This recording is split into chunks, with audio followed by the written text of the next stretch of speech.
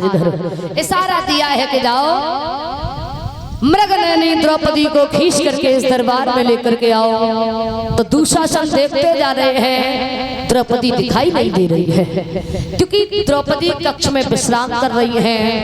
तो दुशासन ने कक्ष में प्रवेश किया। द्रौपदी ने जैसे ही देखा, कहा कि इस समय आप हमारे कक्ष में बिना हमारी आज्ञा के, कहा कि आज्ञा तो रानियों से मांगी जाती है, दासियों से आज्ञा मांगने की कोई जरूरत नहीं होती है। कहा कि जब आप शराब के नशे में हुआ करें तो हमारे कक्ष में प्रवेश न किया करें, हम आपको कई बार बता चुके हैं। कहा कि आपको बड़े भैया दुर्योधन ने दरबार में बुलवाया है, आपको हमारे साथ चलना ही पड़ेगा। कहा कि इस समय हम रजस्वला की स्थिति में हैं, हम किसी पुरुष का मुख नहीं देख सकते, हम तुम्हारे साथ उस दरबार में नहीं जा सकते हैं। जिन्होंने हमें कभी नहीं देखा वो भी उस दरबार में मौजूद हैं, बड़े बड़े राजा महाराजा उस दरबार में मौजूद हैं, तो हम आपके साथ उस दरबार में नहीं जा सकते।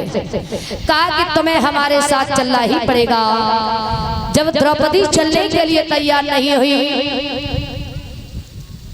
कहा कि देवर जी आप हमें इतना बेइज्जत मत कीजिए। कहा कि बेइज्जती तो उसकी होती है जिसकी कोई इज्जत होती है, और जिसकी कोई इज्जत ही नहीं तो उसकी बेइज्जती क्या। शायद तुम भूल गई होगी, लेकिन हमें अभी भी भली भांति याद है क्या कि उस दिन का कहीं जिक्र भैया से कहीं दुनिया महल से महारानी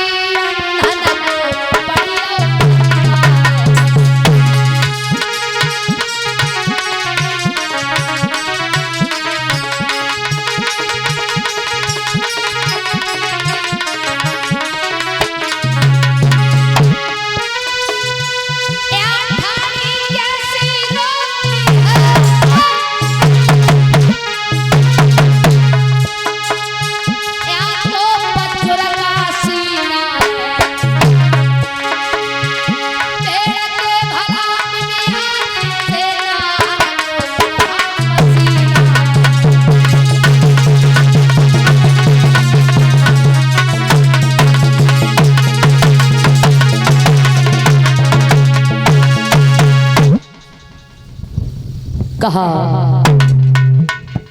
शायद तुम्हें याद नहीं होगा जो तुमने भैया के ऊपर कटाक्ष किया कि अंधे का पुत्र अंधा। आज अंधा का फंदा तुम्हारे ऊपर पड़ चुका है, अब तुम्हारे आंसू पहुंचने वाला कोई नहीं होगा। आज धरो केसों को पकड़ करके दुशासन खींच करके आज द्रौपदी को दरबार में लेकर के पहुंचा। जहाँ दुर्योधन बैठे हुए थे वहीं द्रौपदी को डाल दिया। दुर्योधन ने जैसे ही द्रौपदी को देखा, कहा कि द्रौपदी शायद तुम भूल गई होगी जो तुमने कटाक्ष किया था कि अंधा का अंधा हुआ। हमने बहुत कोशिश की कि हम उस बात को भूल जाएं, और जितना ही हमने घाव पर मरहम लगाया उतना ही घाव ताजी होता चला गया।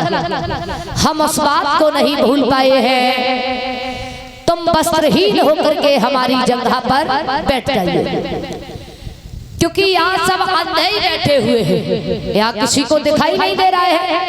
केवल तुम्हारे 5 पति जो हैं केवल उन्हें दिखाई दे रहा है, और पतियों से शर्म करने की क्या वजह।